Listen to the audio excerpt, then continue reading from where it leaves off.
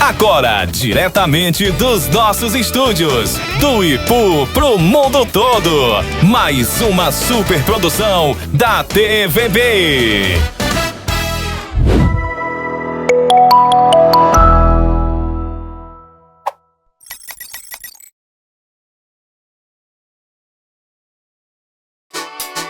A casa é sua, com Paula Aragão. Oferecimento: Refrigerantes Volga, o mais puro e delicioso do Nordeste. Ipunet Telecom, internet fibra ótica de qualidade é só aqui. Clínica da doutora Sângela Mello. Atendemos bem para atender sempre você.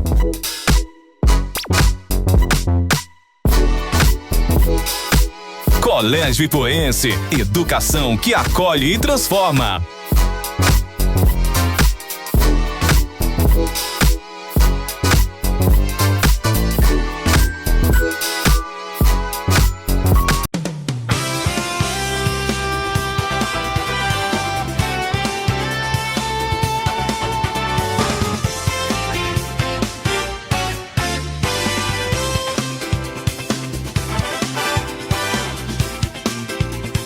Olá pessoal, e hoje mais uma noite de segunda-feira, recebendo aqui meu colega de trabalho, um médico que eu confio de olhos fechados.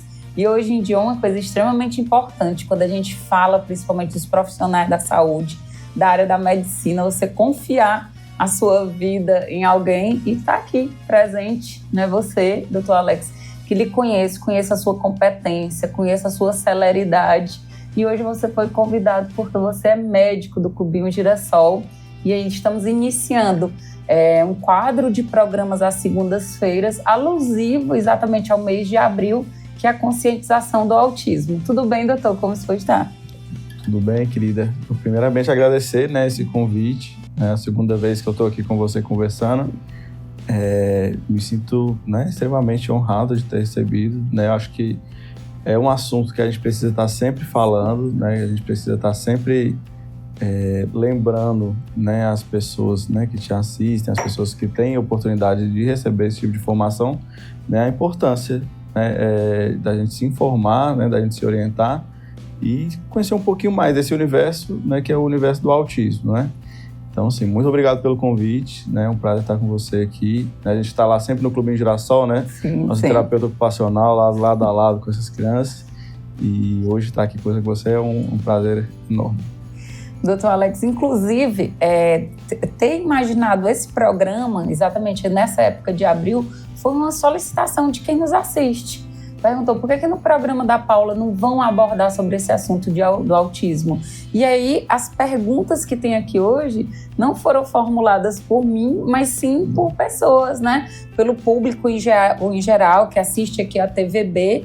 E aí, quando foi o Vinícius Braga, que é da TVB, ele disse: Paula, pensa num profissional para vir responder. Eu disse: doutor Alex, que trabalha comigo lá no Clubinho. Mas qual é a sua formação, doutor? Hoje eu sou médico especialista em medicina de família e comunidade e sou pós-graduando em neuropediatria, atrás do meu RQE em pediatria. Então, quando é que finaliza pra gente ter um alívio tudo maior certo, ainda? No meio do ano tá tudo resolvido. Tudo resolvido. Vai ser um alívio ter o senhor, como neuropediatra. Assim, porque às vezes a gente recebe, como terapeuta ocupacional, recebo crianças que ainda não têm o diagnóstico. E os pais, eles dizem assim: quem é que você encaminharia para que você confie? Então, de verdade, com toda essa seriedade, no senhor eu confio. Pois eu me sinto honradíssimo. Vou receber com o maior carinho seus pacientes. Doutor, e o senhor começou a trabalhar em Heriotaba? O senhor veio aqui para o interior por quê? Que motivo? Paula, é uma história muito longa. Eu acabei nesta entrevista. Mas eu brinco que os ventos foram me trazendo para Heriotaba, Então, eu vim de Minas Gerais, eu fazia engenharia, aí larguei, vim fazer medicina lá em Fortaleza, me formei na UFC Fortaleza. E no começo, depois de formado, ainda tentei trabalhar ali um tempo, mas nessa intenção de estudar para residência, eu acabei optando por ir para o interior, para ter nessa ilusão de que eu ia ter mais tempo para estudar. Mas aí você vai acumulando volume de trabalho, acumulando plantão, né, entrando em outro ritmo de vida, e eu fui ficando. Isso era em Carnaubal. Aí conheci, tinha uma enfermeira em Carnaubal que trabalhava aqui na Varjota, que aí me chamou para trabalhar aqui. Aí vim para Varjota, né, no ano da pandemia, que foi, né, um ano assim, muito caótico, né, ali dentro do contexto de saúde. E fui assumir a diretoria do hospital de lá, a gente conseguiu fazer muita coisa. Uma época crítica, né? Época muito complicada. Bem pandemia. Muito complicado. E daí, em 2021, assim que a gestão atual assumiu lá na Heriotaba, eles me convidaram para assumir a diretoria do hospital de Heriotaba. Aí sim foi, eu assumi a diretoria, né, lá do hospital, e fomos construindo algumas coisas juntos. E hoje tem esse grande xodó nosso, que é o Clube Girassol. Né, Pois é, doutor, como é que foi o senhor sair dessa questão da direção do hospital, essa coisa mais da comunidade, para ir mesmo para os transtornos do neurodesenvolvimento, para o infantil? Eu sou diretor ainda lá, viu? Não saí não. Não saí ainda não. É porque eu brinco muito, pessoal, porque eu gosto muito de medicina, né? Eu gosto muito de saúde no geral. Então, assim, dentro, inclusive, do contexto, né, de saúde, eu sou médico da UBS, também do Distrito de Campo Lindo, né, eu gosto de medicina de família, sim, eu gosto do cuidado longitudinal, né, hoje eu trabalho como plantonista da pediatria do Hospital Regional Norte, em Sobral. Então, assim, hoje o que brilha meus olhos na medicina é pediatria, né, criança, e eu acho que desde o contexto da urgência e da emergência, né, até a questão do transtorno de neurodesenvolvimento, que desde a faculdade sempre me acompanhou. Né? Sempre, né, participei de ligas de neurologia e psiquiatria infantil, né? Tenho alguns trabalhos publicados, né, em Congresso Brasileiro, Congresso Latino-Americano de Psiquiatria Infantil. É uma coisa que eu sempre gostei muito, né? E eu acho que os meus rumos foram, né, os vivenciarenses vieram me trazendo para cá, para esse lado. O senhor acredita naquela frase que diz que tem que ter muita força. Exatamente. Doutor, então vamos aqui às perguntas do público, né? Pergunta que da outra vez a gente tinha até brincado, né? Fazer um quadro que era sim. Pergunte ao doutor. Então pronto. Primeira coisa, doutor, que perguntaram, que é unânime, né? Nem todo mundo sabe. Se fala muito sobre autismo, mas tem muitas pessoas que ainda têm muitas dúvidas. O que é, afinal, o autismo? O autismo, Paula, né, é importante a gente entender que ao longo do tempo, né, esse diagnóstico foi sendo trabalhado, né, e dentro dessas atualizações, né, a gente chega hoje no manual de diagnóstico que a gente chama de DSM-5, né, e o que a gente consegue juntar, né, assim, no mesmo balaio, no mesma cesta, né, para que eu acho que todo mundo entenda. São crianças, né, são pessoas que dentro desse desenvolvimento, né, o desenvolvimento neurológico, né, que coordenação motora, né, o desenvolvimento da habilidade de se comunicar, o desenvolvimento da habilidade de socializar, das funções mesmo do sistema nervoso humano, né, vão ter prejuízo, principalmente no ponto de vista de socialização, né, não conseguem desenvolver adequadamente as suas habilidades sociais e não conseguem desenvolver também adequadamente as suas habilidades de comunicação, né, pode ser comunicação verbal, né, a fala, comunicação não verbal, né, a identificar para que significa um gesto, né, o apontar, o dar tchau. Então, são os dois sintomas cardinais, né, hoje, para a gente dizer que uma pessoa pode, né, ele tem suspeita, né, de estar no transtorno espectro autista. É o prejuízo na socialização e o prejuízo na comunicação. Aí é importante isso que a gente fale que dentro disso, né, existem outras características que podem estar relacionadas, mas que não fazem parte do diagnóstico. Isso é uma coisa que confunde muito o público, né? Então, por exemplo, as estereotipias, que a criança balança a mão, a criança anda na ponta dos pés, né? Isso não é autismo, né? Então, assim, se a sua criança tiver um desenvolvimento, né, perfeito, né, do ponto de vista de socialização, se comunicar bem, né, e andar na ponta dos pés, né, esse andar na ponta dos pés é outra coisa, né? Sim. Pode ser um pé plano, né? Enfim, tem outras N coisas que podem estar justificando aquele comportamento, né? Então, assim... Para dizer que é autismo, precisa ter exatamente. Dificuldade de comunicação, exatamente. Né? Dificuldade de interação social. Exato. Tem que ter um prejuízo na socialização e na comunicação. E isso, obviamente, vai abrir um leque enorme, né? Então, assim, vão ter crianças com déficit cognitivo, né? Com deficiência intelectual, vão ter crianças que têm TDAH, né? Mas o autismo, né? Que hoje a gente chama de transtorno do espectro autista, né? Então, quando a gente fala autismo hoje, a gente não está falando de um público pontual, né? É um público muito amplo, né? Então, a gente não se fala mais de gravidade, né, de nível de suporte, mas tem pacientes que vão ter um nível de suporte muito baixo, que são totalmente funcionais, né? Tem alguns detalhes, algumas características ali que chamam a atenção, que são um pouco diferentes, e vão ter aquele paciente que é um nível de suporte altíssimo, né? Que precisa de ajuda para se comunicar, né? Os não verbais, precisa de ajuda para realizar as atividades de vida diária, né? Que aí são os autistas que estão nesse espectro no nível de suporte 3, né? E tem até a questão de traços autísticos, sem obrigatoriamente fechar o diagnóstico? Com certeza, né? São características, né? Na construção, né? Da psique, né? Ou assim, do desenvolvimento mesmo neurológico ali da criança, né? Do ser humano, né? Ele vai passar por várias fases, né? De desenvolvimento. E nessas fases, né? Onde ele está construindo as suas habilidades funcionais, né? A função dele de se comunicar, a função dele de memorizar as coisas, a função dele de socializar, né? Todo mundo vai ser um pouco diferente, né? Eu não socializo da mesma forma que você, né? Eu não me comunico da mesma forma que você. E às vezes você pode ter um pequeno prejuízo, né? Mas sem de fato ser autista, né? Sem estar nesse espectro. Então é importante que a gente consiga, né, dentro de uma avaliação clínica bem feita, né, às vezes necessário que seja multiprofissional, né, definir de fato quem está nesse espectro do autismo e quem não está, né, e quem tem só traços, né, quem tem só características. O senhor falou dessa questão de andar na ponta dos pés. Hoje em dia o pessoal até confunde muito essas questões de disfunção, de integração sensorial, né? O meu filho bota a mão no ouvido quando passa um carro de som ou quando tem um barulho. Isso não quer dizer obrigatoriamente que o diagnóstico é autismo. De forma alguma, né? Então, assim, dentro desse diagnóstico do autismo, né, a gente vai ter as coisas que a gente chama de comorbidades, né?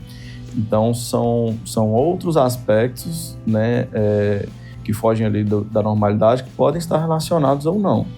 Então, por exemplo, o andar na ponta dos pés, né, o flapping, né, que é aquela estereotipia de se balançar, né, a sensibilidade auditiva, isso pode estar associado, né? O autismo, quando você faz uma avaliação um pouco mais ampla da questão do espectro, né, sem entrar mais detalhes, ela pode estar associada à restrição de interesse, né? Então, a criança que tem um interesse muito fixo, muito específico em um determinado assunto, né? Às vezes uma questão da intensidade do interesse, né? Então, o interesse ele é muito intenso, né? Assim, quer saber só tudo de dinossauro, quer saber tudo de carro, quer saber tudo de ventilador, né? Então, mas meu filho ama dinossauro. Então quer dizer que ele é autista? Não, né? Mas isso associado a outras características de desenvolvimento neurológico podem ligar sinais de alarme, né? Assim, a gente diz que são sinaizinhos ali que vão aparecendo, né? Que você vai ter que montar esse quebra-cabeça, né? Você, eu digo, a mãe, o pai e a equipe multiprofissional para de fato chegar no diagnóstico ou excluir o diagnóstico. Sim. Né? Porque quando você fala andar na ponta dos pés, como eu disse, né? É normal, né? Isso aqui que crianças, no seu desenvolvimento de coordenação motora mesmo, né? Ao estar iniciando ali a sua marcha, apresentem alguma alteração na marcha. Pode ser andar na ponta dos pés, pode ser cair demais, né? E às vezes a pessoa fica o pé chato, né? O pé plano. O senhor colocou essa questão do interesse, né? Restrito, né? Muito fiel ali a alguma coisa, uma questão de dinossauros. E às vezes as pessoas têm até esse questionamento aqui, essa pergunta. Se todo o autismo ele é superdotado, se é gênio, se tem altas habilidades, ou essa questão do interesse muito grande por alguma coisa, então estuda muito afim com aquela coisa. Ou todos são gênios? Não, acho que a maneira mais simples de responder a pergunta é o não, né? Assim, nem todos são gênios. Quando a gente fala de capacidade intelectual, né, a forma mais objetiva que a gente tem como medir isso, né, é com uma avaliação de QI, certo? Então, quando a gente define, né, óbvio, né, com os instrumentos corretos, né, com a avaliação do neuropsicólogo, né, com a avaliação médica, né, esse intervalo de QI, né, que é um coeficiente de inteligência, que é um número objetivo, a gente consegue definir quem tem o QI acima da média, né, que é considerado... acima de 100. Hoje a gente tem, inclusive, diagnóstico para isso, né, que o pessoal está até na moda, né, altas habilidades, e a gente consegue definir se essa criança, essa pessoa está na média né, ali dentro do normal, ou se tem uma deficiência intelectual leve, uma deficiência intelectual moderada, uma deficiência intelectual grave. Né? O autismo, né, ele pode vir com alterações cognitivas, né?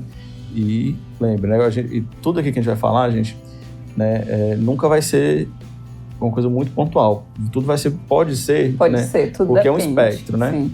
Então a gente tem que entender que quando a gente fala de um autista, a gente está falando de um autista, a gente não está falando de todos porque é impossível, né?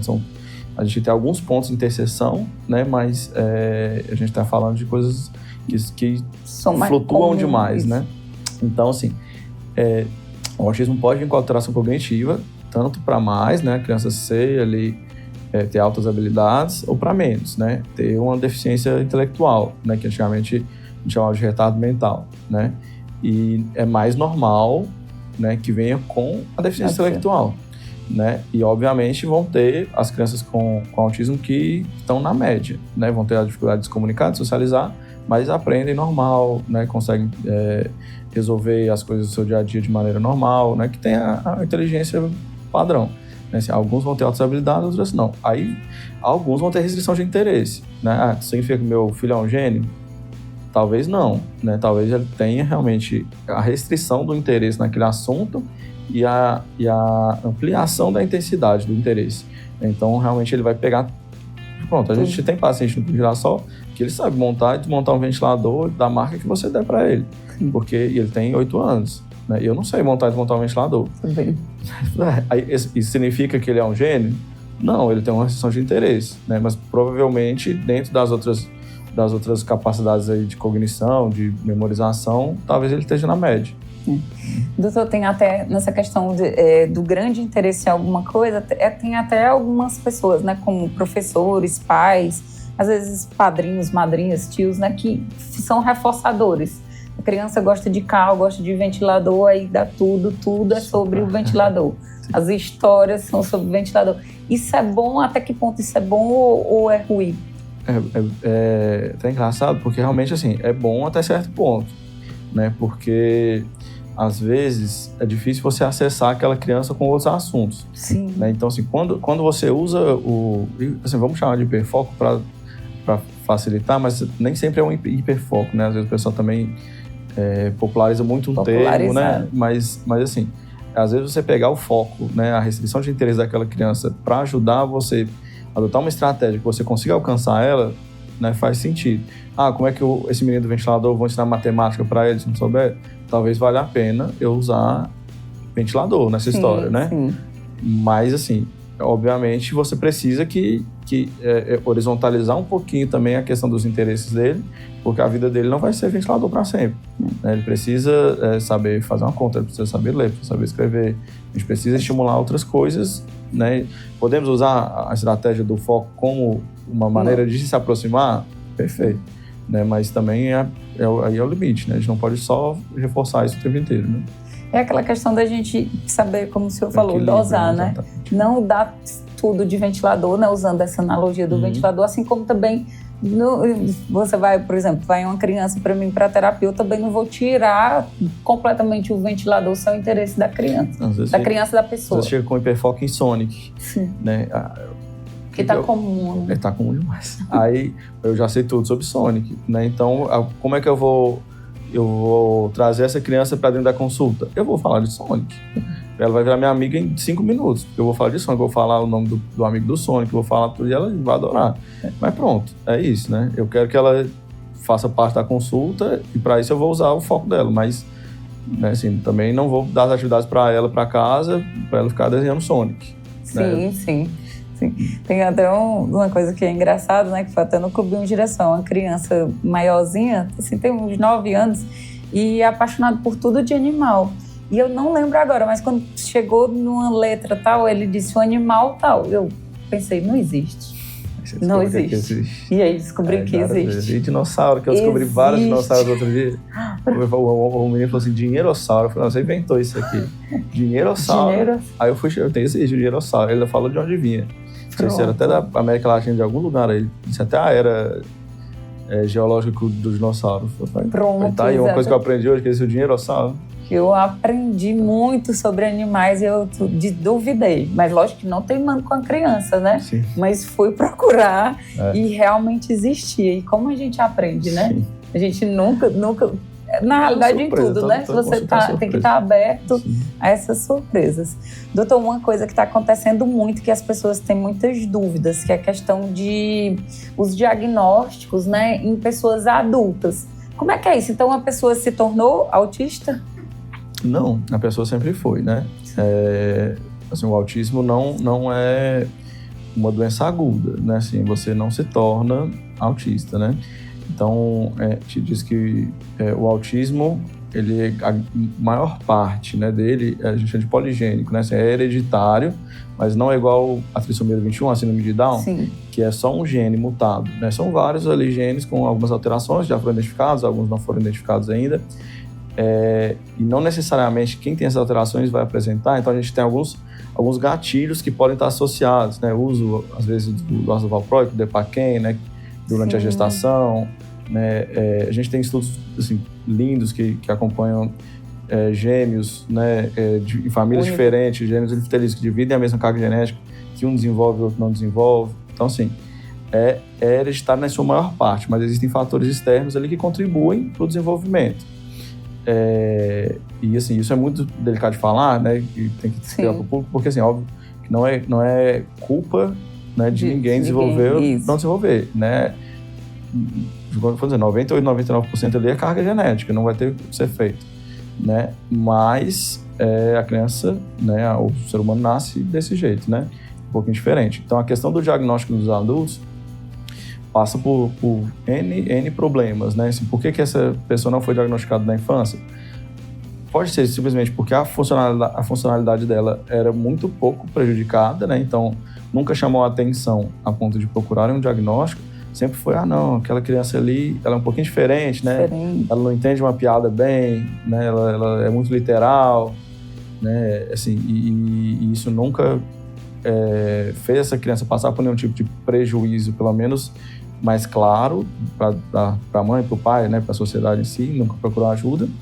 E também pela questão do estigma, né, que está dentro do diagnóstico de saúde mental, né? Então, assim, de pessoas de fato assim, esconderem, né, o adoecimento mental, né, as suas dificuldades, a dificuldade dos seus filhos, né, para não ganhar um rótulo, né, de autista. Então, aí essas pessoas, elas passam às vezes a vida não se entendendo, né, assim, por que eu sou diferente, né, por que dentro do relacionamento eu quero desse jeito e ninguém está entendendo, aí quando vai ver, foi um diagnóstico que não foi dado lá atrás, né? Que teve esses prejuízos desde a infância. E nunca se tocou, assim, se tocava, mas não sabia o que era, né? Como eu disse, às vezes era só uma criança difícil, né? É uma criança que é um pouquinho diferente, né? Doutor, e assim, qual é a melhor época de diagnosticar? Se existe uma época ideal. Aí essa pergunta depende para quem, né? É porque, assim, para a criança sempre vai ser melhor ser diagnosticada de maneira precoce, né? Então, a gente trabalha dentro das terapias, que é o que a gente tem como foco, né, como objetivo dentro do tratamento dessas crianças, a criação e desenvolvimento de autonomia. Sim. Né? Então, a gente precisa pegar essas crianças desde cedinho, né, para usar um termo que a gente tem na medicina, que é a plasticidade neural.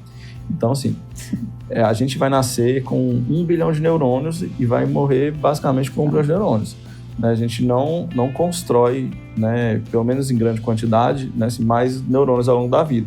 A gente cria sinapses, que são ligações entre eles, né, várias pontes entre esses neurônios. Então, quando a gente aprende alguma coisa, quando a gente grava, né, quando a gente força a se prestar atenção em alguma coisa, a gente vai criando sinapses. E um momento da nossa vida onde a gente cria mais sinapses, e é coisa assim de 80%, né, a grande maioria, é até os 5, 6 anos de idade. Né? Então, esse é o momento que a gente tem maior oportunidade de colocar coisa na cabeça dessa criança. Então, é a janela terapêutica perfeita, até os 6 anos, né?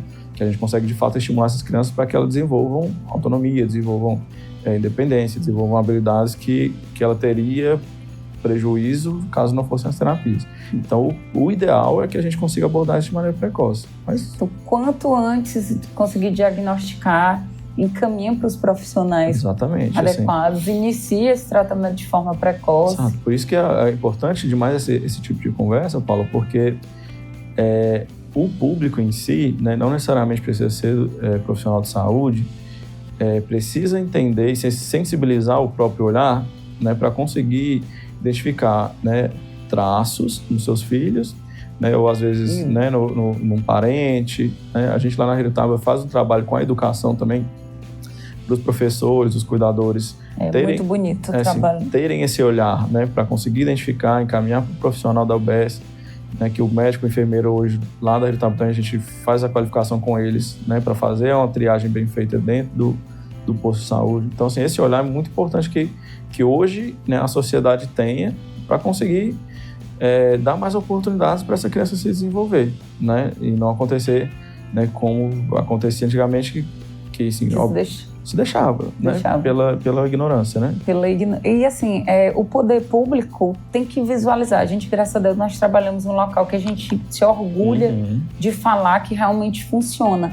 Mas como é maléfico, né? Deixar para depois, porque se perde essa janela aí, como o senhor disse, né? De estímulos, de criação de novas sinapses. Não tem como resgatar, por exemplo, uma criança, uma pessoa que ficou sem tratamento algum, porque não tinha condições, mesmo tendo sido diagnosticada, digamos, foi diagnosticada, um exemplo, aos 4 anos de idade, mas ficou numa fila de espera e aí só conseguiu um tratamento por volta dos 13 anos de idade. É difícil demais, né, assim, eu não digo que é impossível, porque a gente vê casos e casos, né, mas é praticamente impossível, né, se você abordar um adolescente de 13 anos, né, assim, se você não tem, você não consegue, do ponto de vista neurológico, né? Você consegue, às vezes, fazer com que ele decore uma habilidade ou outra, né? Repita, mas, assim, do ponto de vista dele adquirir novas funções, novas habilidades, né? É um ali que já fechou aquela porta, né?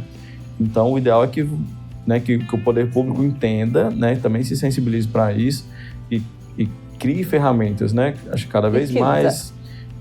que esse assunto está vindo para discussão, né, e as pessoas estão se inteirando um pouco mais, para que isso seja qualificado dentro do município, dentro do estado, né, em políticas públicas até nacionais mesmo, para a gente conseguir cada vez mais, né, entender, né, porque quando a gente fala de entendimento aqui, a gente está falando da terapia, né, mas está falando também da inclusão.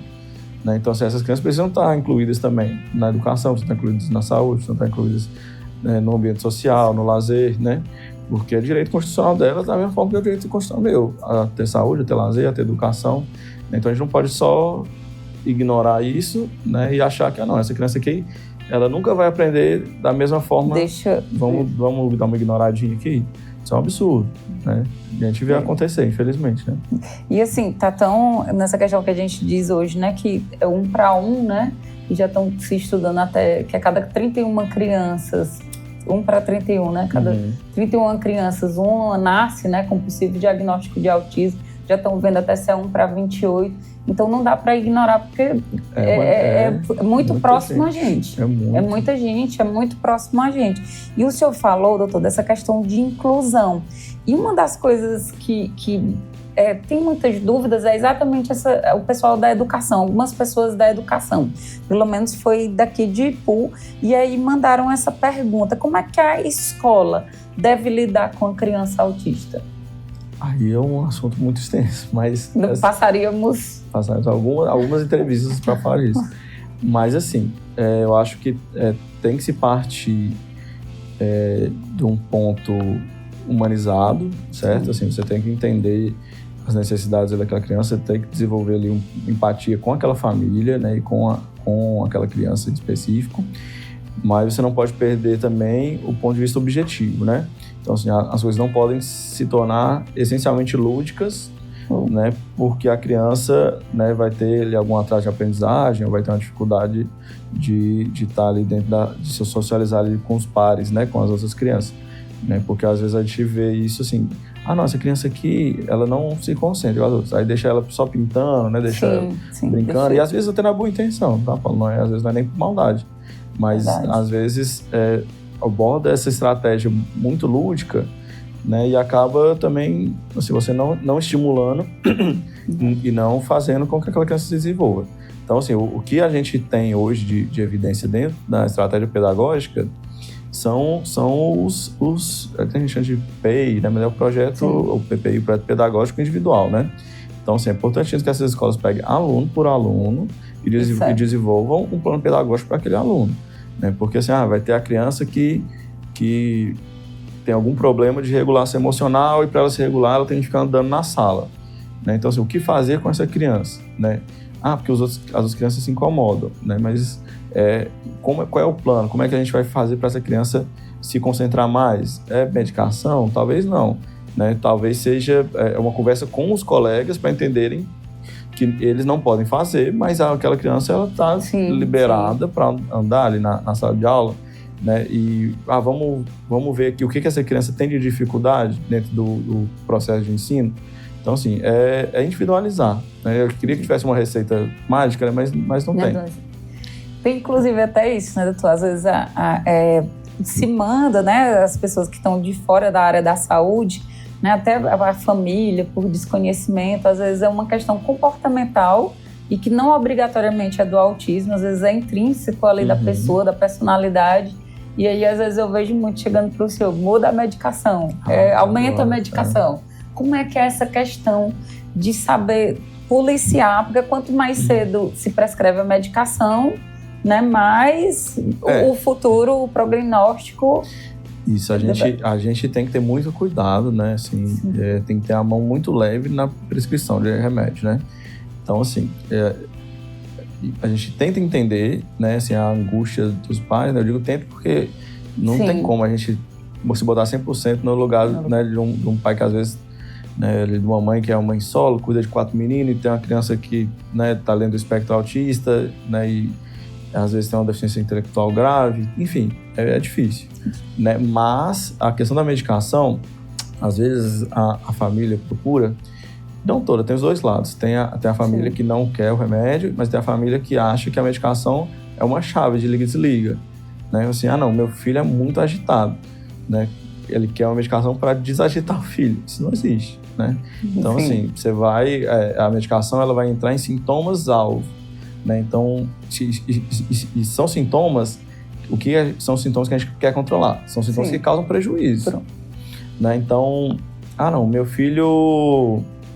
ele conversa demais na sala de aula. Ele é uma criança, né? Assim, ele vai conversar demais, né? Vai ter a criança que é mais tímida, vai ter a criança que conversa demais, né? Eu não vou medicar uma criança porque eu quero que ele converse de menos, né? Mas não, meu filho, ele é muito agitado e agride, né? Ele se agride quando está nervoso, agride os outros, né? Não, pronto. Então, isso é um componente de risco, causa um prejuízo grande para alguma coisa.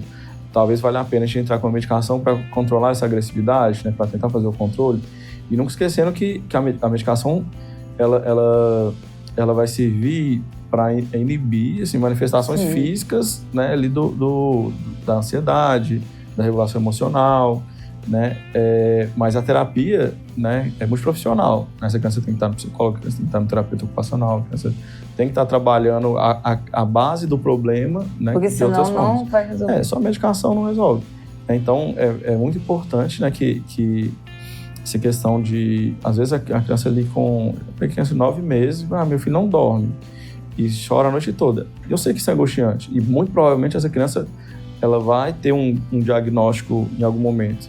Mas você vai medicar uma criança assim, com 9 meses, né, com uma medicação que tem um potencial de inibir mesmo, né, a maturação de vários sistemas ali do corpo dela, porque ela não dorme. Assim, a gente tem que tentar algumas coisas antes, né, para conseguir resolver, assim, sem medicar demais, né? Então, isso, na verdade, é uma grande discussão dentro de quase todos os congressos de medicina hoje, essa questão da hipermedicalização, né, e às vezes até do hiperdiagnóstico, né, assim, se diagnostica demais, às vezes a criança chega numa consulta e sai com 4 diagnósticos, assim, para que isso serve para a criança? Vai fazer alguma diferença na vida dessa criança? A não ser para fins previdenciários, né? Sim. Assim, então, é isso. Eu acho que tem que ter a mão muito leve para conseguir entender assim, o que de fato aquela criança precisa, né? Quais são os sintomas que a gente quer tratar. Sim. Né? Não só uma receitinha de bolo, né? Assim, você vai tomar risperidona, você vai tomar... Você tem que entender e individualizar o tratamento.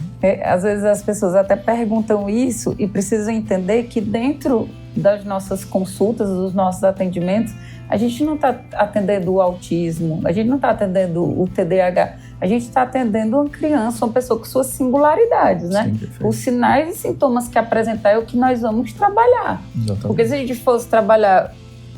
todo mundo que entrasse, se a gente fosse trabalhar autismo, a gente ia ter um tratamento engessado. Exatamente. E cada um é diferente. Então, o diagnóstico serve como norte, serve como essas questões previdenciárias, mas pra gente o que importa é o que está sendo apresentado, não é isso? Eu digo demais para essas mães, às vezes, principalmente quando são crianças muito novinhas que chegam, assim, mãezinha, a gente vai trabalhar esse diagnóstico, né, ao longo, né, do tempo, ao longo das consultas, junto com a equipe, mas para o seu filho, o nome que a gente dá pouco importa. Isso. Certo? Ele não quer saber se a gente vai chamar de autismo, se a gente vai chamar de TDAH, se a gente vai chamar de dificuldade de aprendizagem, né? Para ele não importa isso, né? O que importa é que as terapias sejam bem feitas, né? Então, assim, uma criança que tem um atraso de fala importante, né? Tá ali, chegou com 3 anos e tem um vocabulário ali muito limitado, tem dificuldade de alguns fonemas. Aquilo ali pode ser um prejuízo na comunicação que está relacionado ao autismo? Pode. Mas eu não vou oferecer essa terapia para ele só quando eu chegar no diagnóstico. Ele já tem que ir para o fonoaudiólogo. Sim, né? Sim. Ele já tem que trabalhar isso. Né? Ele vai ir trabalhando isso enquanto o diagnóstico é construído. Né? A gente não pode esperar vamos dar um nome e um sobrenome para isso aqui para definir o tratamento. Não é uma infecção de garganta, né? Que a gente vai definir o antibiótico a depender do sintoma. Né? A gente tem que entender aquela criança, né, como um ente singular, né? Como um indivíduo, para entender como é que a gente vai fazer. Né? Porque a gente lá é o nosso dia a dia, é um tratamento longitudinal. Né? A gente não vai tratar e essa criança vai de alta. Essa criança vai ser acompanhada, se tudo der certo na vida dela, pro resto da vida. Ela vai sair de um clube em Girassol, vai continuar sendo acompanhada de um psicólogo, né? Vão aparecer outras demandas no decorrer das fases da vida dela que vão precisar ser abordadas também. Né? Então é isso, a terapia é o cerne, né? O coração desse tratamento, mas tudo precisa ser individualizado. Né? A gente não tem como engessar isso, né? Engessar nem fidelizar um tratamento, né? Cada pessoa é diferente, é como o senhor disse. Não é uma infecção, né? Para uma infecção faz um exame, né? E aí você vê qual é a medicação que vai utilizar. Doutor, uma das perguntas é essa. O autismo tem cura? Não, mas é uma pergunta que quando você pensa que o autismo tem cura, é porque você está entendendo ele como uma doença. Né? E a gente não tem como falar em cura de autismo porque de fato não é uma doença, né? E não é só uma questão semântica, assim, vamos ser politicamente correto, não vamos falar doença, não é isso, né? É porque é um transtorno de neurodesenvolvimento. Então essa criança não conseguiu desenvolver 100% das habilidades dela, né, em determinados setores ali do desenvolvimento dela, e isso precisa ser trabalhado, né? Então ela vai ser autista até o resto da vida dela. Da mesma forma que uma pessoa que, por exemplo, é muito ansiosa, né, tem um transtorno de ansiedade, quando é que a gente deixa de chamar a pessoa de... essa pessoa é sem paciência, para dizer que ela tem um transtorno de ansiedade. Né? Quando isso vira um transtorno. Quando a ansiedade dela é grande o suficiente para causar algum prejuízo. Eu sou tão ansioso que eu não consigo dormir antes de uma prova. Eu sou tão ansioso que eu roubo minhas unhas todas. Eu sou tão ansioso que tudo na minha vida é uma agonia. Se o médico me pede um exame, eu já acho que vai aparecer um câncer amanhã. Então, assim, o autismo é um transtorno, né? E esse transtorno precisa ser trabalhado dia a dia e até onde der, né? Mas tem, por exemplo, tem remissão de sintomas, uma pessoa que foi diagnosticada com autismo nível de suporte 2, tem como regredir? Essa classificação em nível de suporte é uma classificação dinâmica, né? Então, né, como o próprio nome já diz, a gente está definindo ali o quanto de suporte, né, essa criança precisa. E suporte que a gente diz para todas as atividades dela. Então, vamos tentar dar alguns exemplos aqui o público entender mais ou menos o nível de suporte Sim. 1, 2, 3, né? Então, assim, o nível de suporte 1, né, é pouco suporte, né? Você quase não precisa oferecer suporte. Então é menos autista que o outro? Não, é autista igual. Só que ele precisa de menos suporte, né? Então é uma criança que não tem um déficit intelectual, geralmente, né? Então é uma criança que vai aprender bem, vai aprender a ler, vai se alfabetizar, vai aprender a fazer cálculo matemático, né? E vai entender tudo. Só que às vezes vai ter uma dificuldade de socialização. E às vezes essa dificuldade de socialização, ela vai ser traduzida por uma coisa muito simples. Às vezes o tom de fala dela, né, assim, a gente diz, tem alteração na prosódia, não consegue dar entonação na fala, né? Fala aquele discurso assim, bem retinho, né? Sem alterar demais. Às vezes é muito literal, né? Então não consegue entender ali um sentido figurado de uma coisa, né? Então são disfunções muito pequenas, muito sensíveis, né? Mas que na vida daquela pessoa você pode ter certeza que causa impacto, né? Tem um livro muito, muito interessante que chama Leve para Quem? Né? Porque antigamente chamava de autismo leve, né? E essa autora desse livro, esqueci o nome, mas a autora desse livro, ela é autista nível suporte 1, né? E o nome é Ser Leve para Quem, né? Assim, para ela que não foi, a vida toda dela, ela sofreu com essas pequenas disfunções dela, né? Mas é uma criança, é um ser humano que vai conseguir desenvolver suas habilidades cognitivas perfeitamente. Então ele vai ter um nível de suporte pequeno, né? Talvez vai sofrer um bullying na escola, né? Então vai precisar do psicólogo acompanhando. Então são pequenas coisas que vão ser oferecidas. Aí vão para o outro extremo do espectro, nível de suporte 3. Geralmente o nível de suporte 3, ele vai ter dificuldades muito grandes, né, na realização das suas atividades de vida diárias, né? Que eu acho que é uma coisa que você trabalha muito dentro da terapia ocupacional. Então, assim, vai ter dificuldade para entender que tem que, às vezes, até usar um garfo para comer. Então, vai comer com a mão, né? Vai fazer, às vezes, o xixi, o cocô na roupa, né? E vai ter realmente uma cognição muito prejudicada, não vai conseguir se alfabetizar, não vai conseguir... O sapato vai ter que ser fácil de calçar. Exatamente. Então, assim, são crianças que vão se desenvolver, né, dentro da possibilidade, mas que têm um prognóstico, né, assim, muito reservado do ponto de vista de desenvolvimento. Elas não vão conseguir, talvez, nem verbalizar, né? Então, assim, não vão conseguir falar bem, em algum momento se comunicar. Então, assim, é um nível de suporte muito avançado. Provavelmente vai depender pro resto da vida que alguém esteja cuidando, né, que alguém esteja ali do lado. E o nível de suporte 2 é um intermediário, né? Às vezes uma criança que tem uma dificuldade, ele chega ali nos 5 anos e não conseguiu fazer o desfraude ainda, né? Tá com um atraso de fala, mas consegue se comunicar de maneira verbal, de maneira não verbal, ou às vezes verbaliza algumas coisas, né? Então, você consegue oferecer algumas coisas para aquela criança ali. Entendi alguns comandos. Exato, que ela vai entender e você vai conseguir colocar estratégias na vida daquela família que facilitem a vida dela. E assim, o nível de suporte, ele não é um veredito, com certeza. O nível de suporte 2, ele pode em algum momento ser reavaliado como nível de suporte 3? Pode. O nível de suporte 2 pode em algum momento ser reavaliado como nível de suporte 1? Pode. Da mesma forma, o 1, 2 e o 3 pro 2, né? Dificilmente você vai ver alguém, a não ser que tenha sido uma avaliação um pouco mal feita, mas o nível de suporte 1 virar um 3, né? E o 3 virar 1. Isso nunca vi. Mas, assim, essa flutuação acontece entre níveis de suporte. Doutor Alex, uma aula, assim, sem igual sobre autismo, sim? Uma aula, assim, de um nível elevadíssimo, muito bem, né? Dá para compreender, né? Falando aí no palavreado que todo mundo consiga, né, entender, conseguir compreender o que a gente está falando aqui. E, assim, tem ainda muitas perguntas, mas para ser sucinto, para a gente, infelizmente, finalizar, porque como o senhor disse... Né? Não, é porque é um assunto tão bom e precisa ser tão discutido que tem perguntas, como o senhor disse, não, isso aí deveria ser discutido muito mais vezes. Então, por isso a ideia de fazer os quatro programas, né, sobre autismo, para desmistificar. Quanto mais a gente fala, quanto mais a gente conversa, mais as pessoas entendem, mais tem a questão do respeito, entender, compreender, para poder realmente, como o senhor disse, aquela criança pode caminhar na sala, os outros não. Então, para todo mundo entender, não só as crianças, assim como adultos também, precisa que a gente tenha essa conversa o tempo inteiro, não deixar de falar. Mas eu gostaria de entrar agora, doutor, fazer aqui algumas perguntas para o senhor responder se é mito ou se é verdade, tá?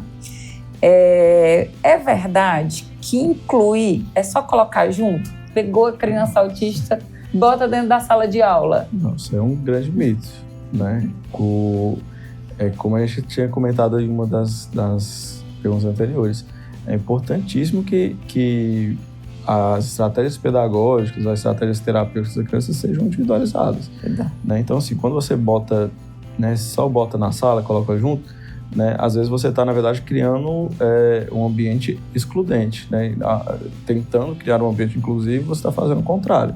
Se essas outras crianças não estão preparadas, né, você não tem trabalhado aquilo ali, a normalidade da inclusão, às vezes você só está jogando ela ali no meio dos leões, né? Das outras crianças para sofrer bullying.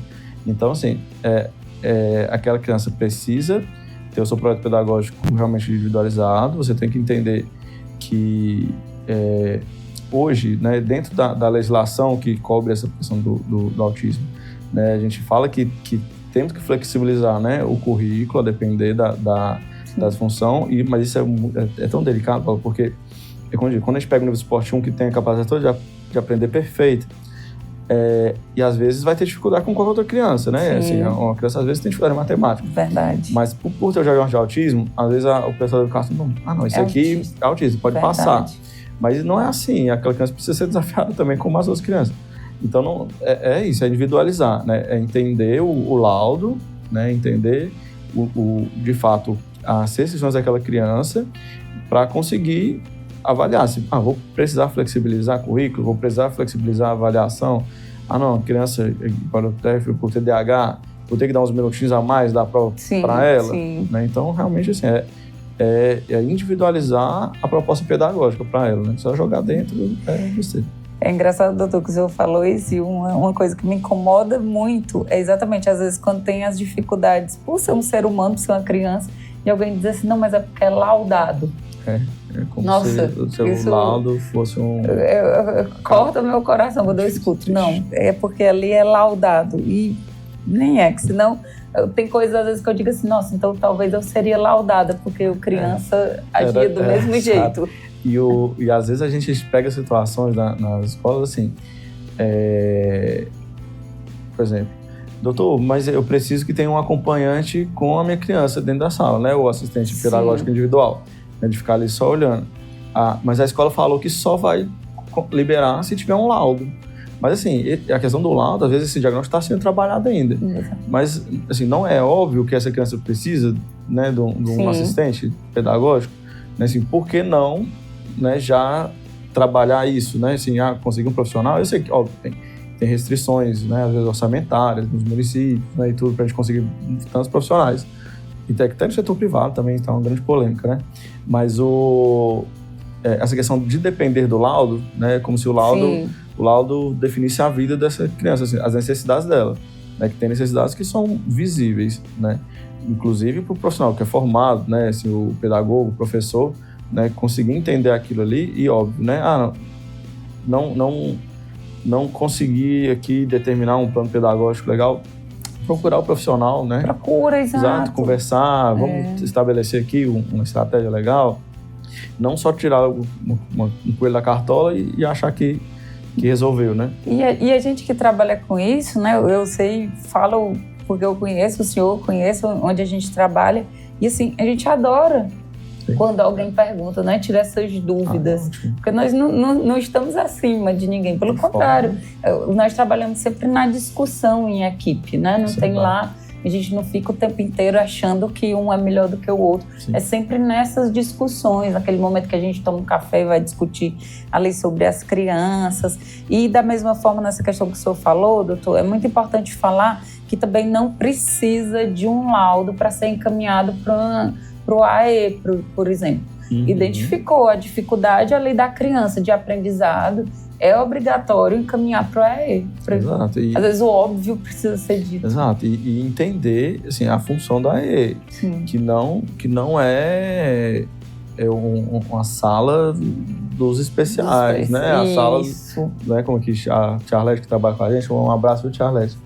Pra ver a sala dos doidinhos, né? Que antigamente ela era a professora da AE, o pessoal chamava da sala dos doidinhos. Então, assim, a gente às vezes ainda em 2026 depara algumas situações que assim, criança, pegar todas as crianças com autismo, com o laudo, e botar numa sala só. E achar que isso está sendo positivo para a criança. Né? Então, crianças que estão em um espectro enorme, né? Então, assim, às vezes uma criança super inteligente, mas que, por exemplo, está se regulando andando na sala, junto numa sala com uma criança que tem um déficit cognitivo importantíssimo e bota todo mundo para colorir. Qual é o prejuízo que né, isso não está sendo feito na cabeça dessa criança que tinha o potencial de aprender junto com a sala de aula? Né? Aí, não, mas é porque o AE não é desse jeito. Mas o AE é no contraturno. Isso, assim, isso, no contraturno. O AE é no contraturno. Você não pode pegar o turno de educação dessa criança e colocar ela num AE inventado, né? Então, assim, tem a função dele, mas é no contraturno. Isso por lei, né? Não é da cabeça do diretor. Exatamente, não é a gente que está conversando sobre isso. Assim como também tem aquela questão, né, que eu não sou da terapia ABA, né? Sou da integração sensorial, mas, por exemplo, a criança, 9 horas da manhã, 9h30, liga para os pais irem buscar. É um reforçador para que essa criança não fique. Com certeza. Né? Por exemplo, se toda vida que a criança quiser ir embora, não ficar os 40, 50 minutos da minha terapia, eu permitir 5 minutos, é um reforçador para não ficar nunca. E a criança entende, né? Entende que aquele comportamento dela está sendo recompensado. Recompensado, então, isso. Não, tá quebrando tudo aqui. Vem buscar. Às vezes a mãe fala, ficou meia hora na escola, né? Aí ele vai entender, se eu criança, né, se eu tivesse descoberto que se eu começasse a quebrar tudo, eu ia para casa, eu ia quebrar tudo todo dia, né? Porque não tinha coisa melhor do que ficar em casa vendo TV, né? Importante o senhor ter falado isso, doutor, porque eu não quebrava tudo, mas assim, eu tinha a estratégia de dizer que estava passando mal, então, como a minha família sempre se preocupou, eu ia para casa para quê? Para ficar no bem bom, TV Colosso. Sopinha da mãe com TV Colosso. Quem é que não queria isso? Não era porque tinha um laudo de autismo, de TDAH, é porque queria, como criança, ir para casa. E assim, claro, né, também a gente... E não tentando não generalizar. Vão ter crianças que realmente, assim, vão descompensar, né, crises. Né? Então, uma descompensação sensorial, grita, chora, se machuca, sai mordendo os ossos, né? A gente às vezes atende criança em crise, é muito, realmente complicado. Aí é um caso, né? Sim. Mas, assim, o reativo, né, que, assim, vai chegar lá e vai sempre repetir aquele comportamento, né? Reagindo a alguma coisa que está acontecendo na escola, não. Começou a aula que ele não gosta, vai chorar e vai para casa. Começou ali a tarefa, vai chorar e vai para casa. Aí isso é, como você disse, é reforçador, né? E até na questão da crise, existe o que a gente chama do escalonamento da crise. Então você começa a perceber ali na base, quando ainda está embaixo, você não deixa escalonar. Você leva, né? Por exemplo, as escolas, a gente estava falando aqui, então tem o suporte, tem uma sala, essa criança que gosta de caminhar na sala de aula ou caminhar fora, né? Que precisa ter alguém ali junto. Hoje fala muito de profilaxia de crise, né? Assim, já entender os sinais que aquela criança está dando, que ela vai passar por processo de compensação, e antes disso acontecer, é isso, né? Colocar ela num cantinho seguro, né? Tirar ela ali do meio da confusão, para conseguir evitar que a crise aconteça antes de ter que lidar com o evento em si, né? De lidar com a crise. É muito importante também, né, que as pessoas saibam que não existe a gente sozinho. É a tríade. Nós, a saúde, o pessoal da educação e a família. Sim. Família e sociedade. Se a gente não estiver trabalhando juntos, não vai funcionar. Não vai para lugar nenhum. Doutor, e aqui tem uma pergunta, tem duas para a gente finalizar, infelizmente, que é um assunto que é muito bom. Eu acho que precisa desmistificar cada vez mais, mas essas duas precisam ser feitas, se é mito ou se é verdade. É verdade que todo autista não gosta de se relacionar, não gosta de ter amigos, não gosta de ser tocado? De forma nenhuma, né? Dentro do diagnóstico, né, do espectro autista, vão ter alguns autistas com traços de alteração sensorial. O que é alteração sensorial? Né? A gente tem 5 sentidos, né? Sim. Enfim, hoje se fala em mais sentidos, mas o basicão, né? Acho que os são 5. Né? Tato, olfato, paladar, visão e audição. Então, esses sentidos todos, eles podem estar alterados dentro desse diagnóstico, tanto para mais, né, quanto para menos. Então, por que alguns autistas se incomodam com barulho? Porque eles têm uma hipersensibilidade auditiva, então eles são mais sensíveis ao barulho. Então, se a gente ouve aqui normal, é como se eles ouvissem mais alto, né? O os circuitos dentro do cérebro dele ali se bagunçam mais ao som. E tem também a hipossensibilidade, né, que vai ouvir um pouco menos, um pouco mais abafado. E isso entra também no tato, né, que é a maneira de sentir as coisas. Então, tem crianças no espectro que vão ter hipersensibilidade a algumas texturas, né? Então, aquela textura vai incomodar ela demais, né? Ela vai pegar numa calça jeans e aquilo incomoda ela demais, então ela não gosta daquele contato com calça jeans, né? E vai ter aqui, ama pegar na barba. Tem criança que entra no consultório e vai direto correndo para ficar alisando a barba, porque adora aquela textura, né? De ficar ali fazendo. Então, assim, essa questão do afeto não faz parte desse bolo, né? Desse balaio, né? Que é o espectro autismo, né?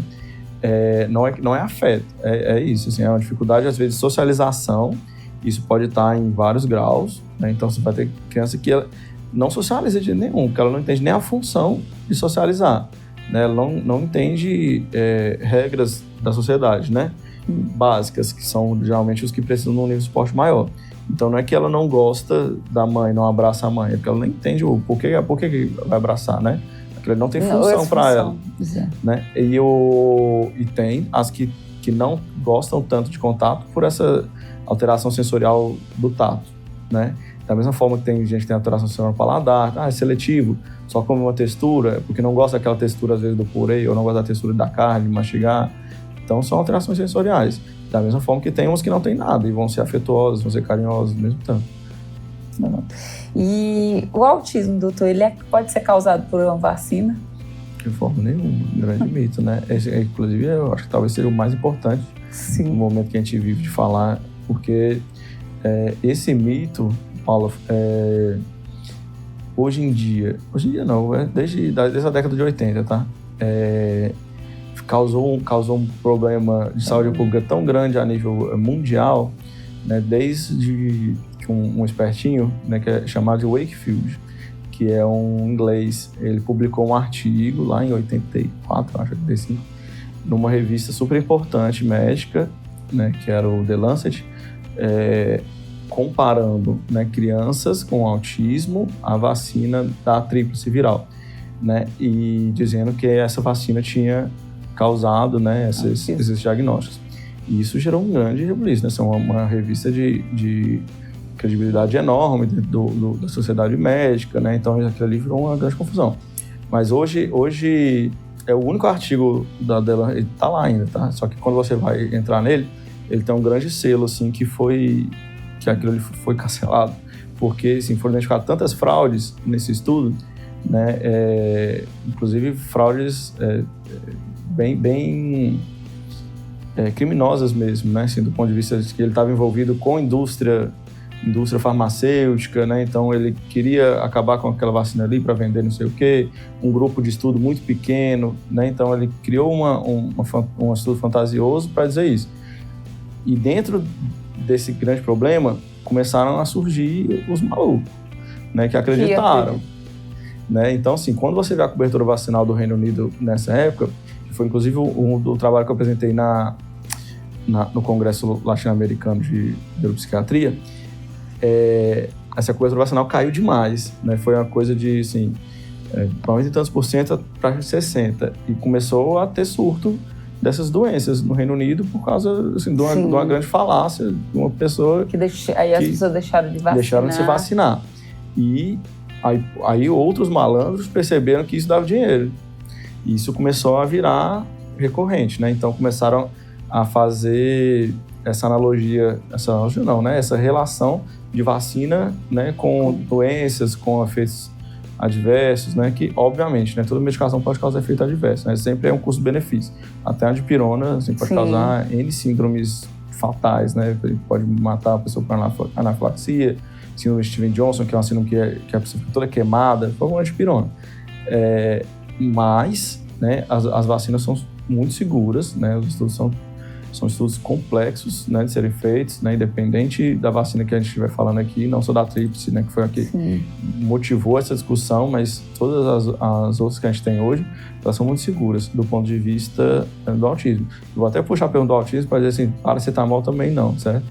Porque também é outra que voltou à tona agora, porque, né, o presidente dos Estados Unidos fez um discurso para falar Sim, paracetamol na gestação. sim, verdade. Aí o pessoal confunde muito, né, o discurso político com um discurso em saúde, né? Porque quando uma autoridade política emite sua opinião, né, aquilo ali automaticamente, né, para pessoas que assim, não é culpa da pessoa, né, mas a pessoa que não tem estudo, né, naquela área, pelo menos não entende, né, a metodologia científica, aquilo ali vai credibilizar aquele argumento, né, porque uma autoridade fala aquilo. Né? Quem é o Dr. Alex para falar que não causa se o Sim. Trump, que tem não sei quantos que médicos em volta... de autoridade. Assim, tá dizendo. Mas é isso, assim, a ciência não mente nesse aspecto, né?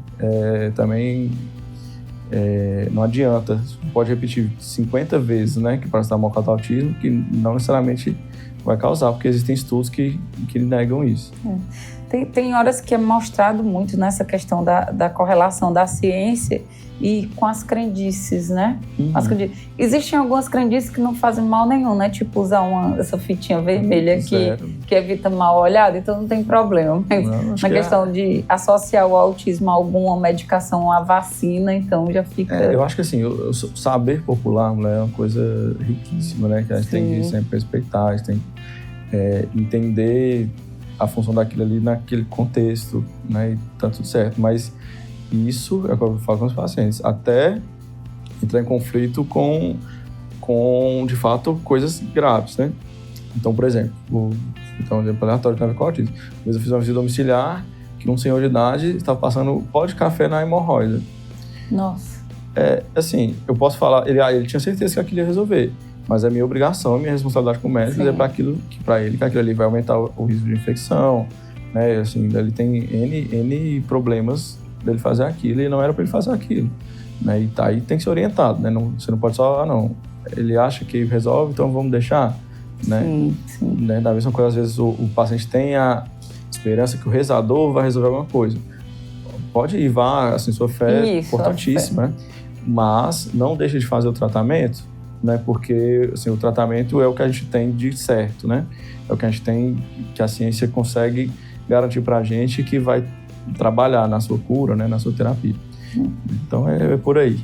Dr. Alex, assim, eu não tenho nem palavras para lhe agradecer veementemente pela sua vinda, né? Veio de Jaboticaba, né, para cá, para poder tirar todas essas dúvidas, né? Veio aqui no programa e para abraçar mesmo, quando eu falei com o senhor, né, sobre essa ideia de fazer esses programas agora no mês de abril, o senhor disse, vou com toda certeza.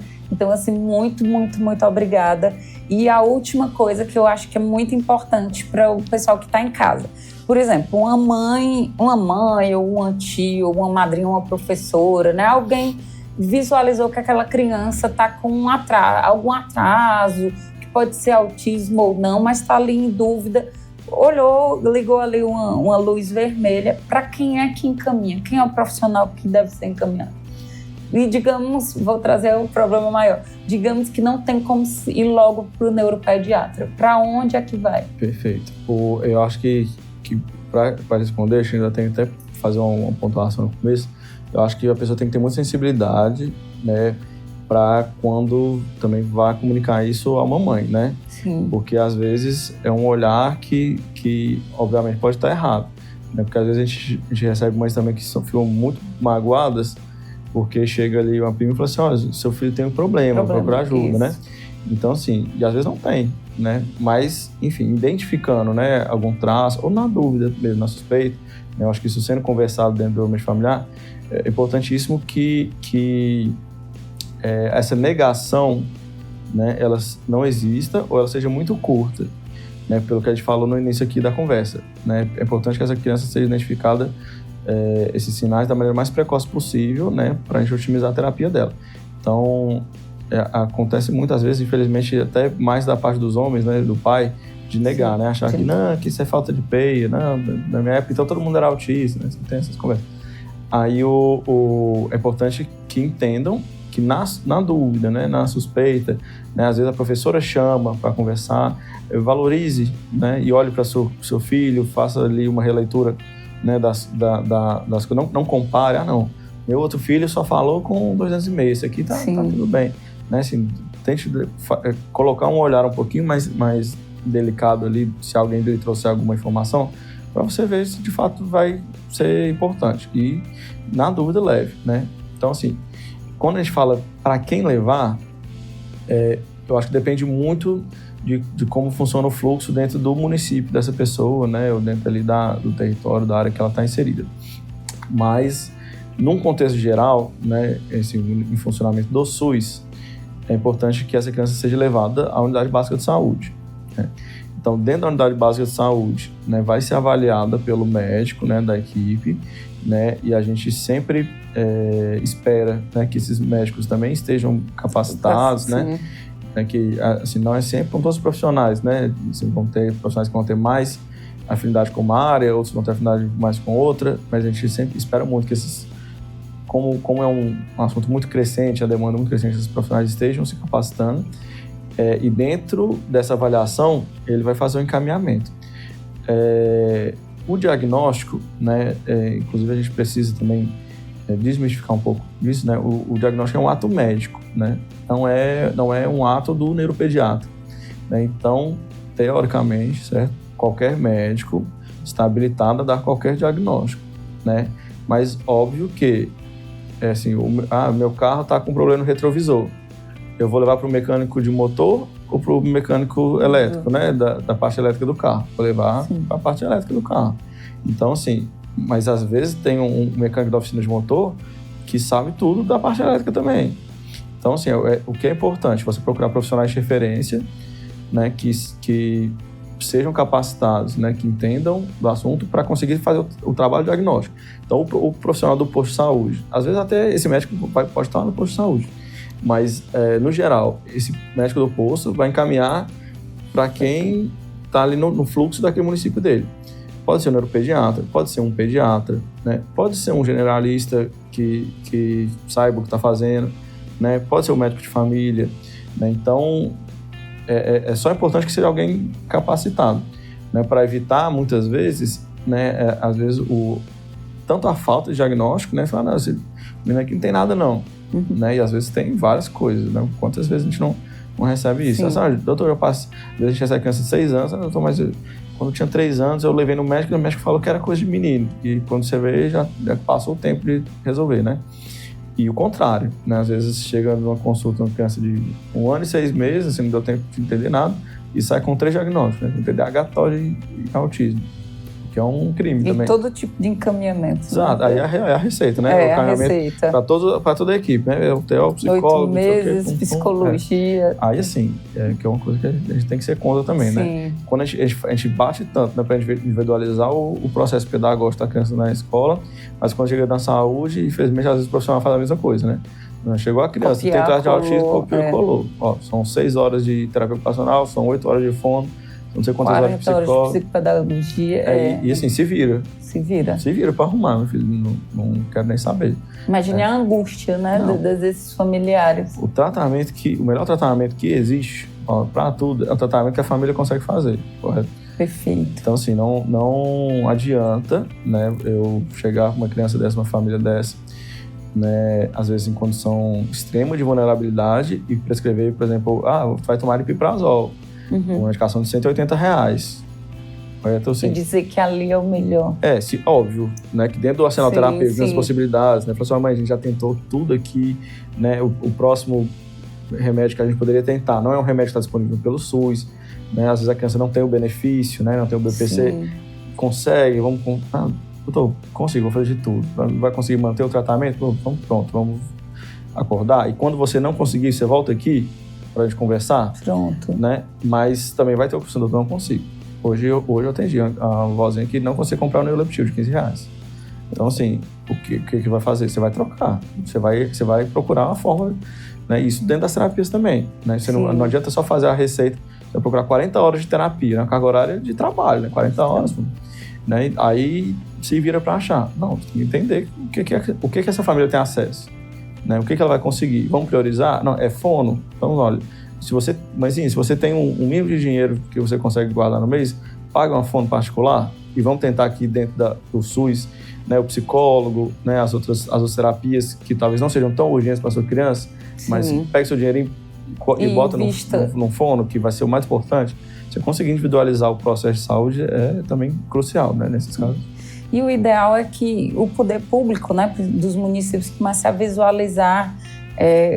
A referência sempre é a nossa do Clubinho Girassol, não tem como ser diferente, que nós trabalhamos lá. Mas tendo um ambiente como o Clubinho Girassol, a pessoa sabe exatamente lá da Unidade Básica de Saúde para onde encaminhar, um local onde vai ter todos os profissionais adequados ali. Isso é maravilhoso. Maravilhoso. Isso é tão maravilhoso que às vezes eu fico até bravo.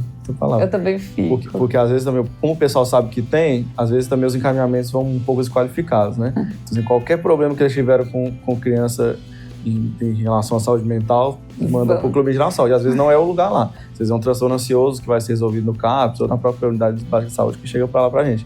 Mas assim, da mesma forma que eu fico bravo, eu fico orgulhoso porque eles sabem que lá alguma coisa vai ser feita, né? Porque assim, dificilmente a gente vai liberar essa criança, não, volta pro posto. Sim, volta que... Vai passar pelo profissional, vai ter os relatórios, né? A gente vai reencaminhar com orientações, né? Então, pelo menos uma abordagem qualificada, né? Aquela criança vai passar ali. Quando o senhor disse que fica bravo, eu fico brava, porque eu não sou de Herutaba, né? Não resido em Herutaba, então eu fico muito brava quando eu vejo que não tem um local como tem o Clubinho Girassol. É exatamente como o senhor disse, mesmo que a gente fique bravo, se caminha tudo para lá, mas a gente nunca vai dizer, não é aqui. Volta da porta. Nunca ninguém voltou da porta e nem voltará, que a gente sabe. Sem passar por uma triagem bem feita. Nós sabemos com quem trabalhamos. Pessoal, que entrevista. Acho que daria pra gente ficar aqui a semana inteira, até a próxima segunda. Tendo café.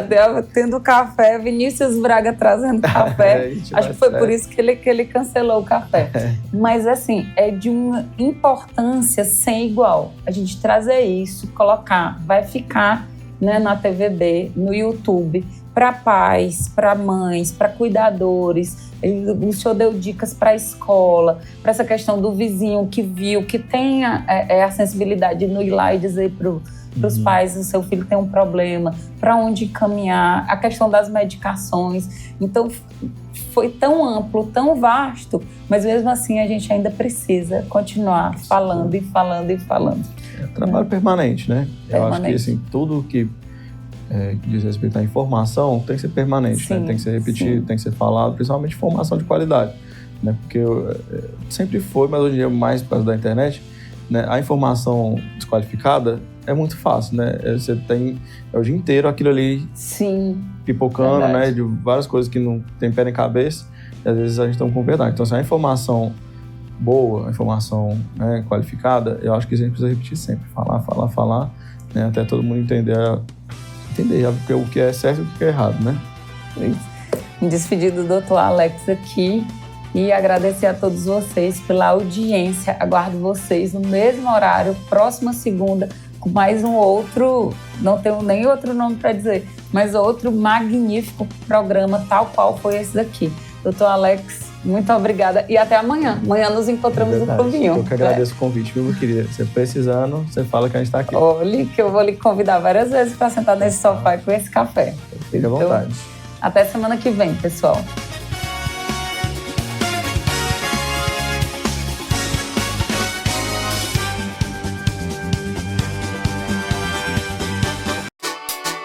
A casa é sua, com Paula Aragão. Oferecimento: Refrigerantes Volga, o mais puro e delicioso do Nordeste. Ipunet Telecom, internet fibra ótica de qualidade é só aqui. Clínica da doutora Sângela Mello. Atendemos bem para atender sempre você.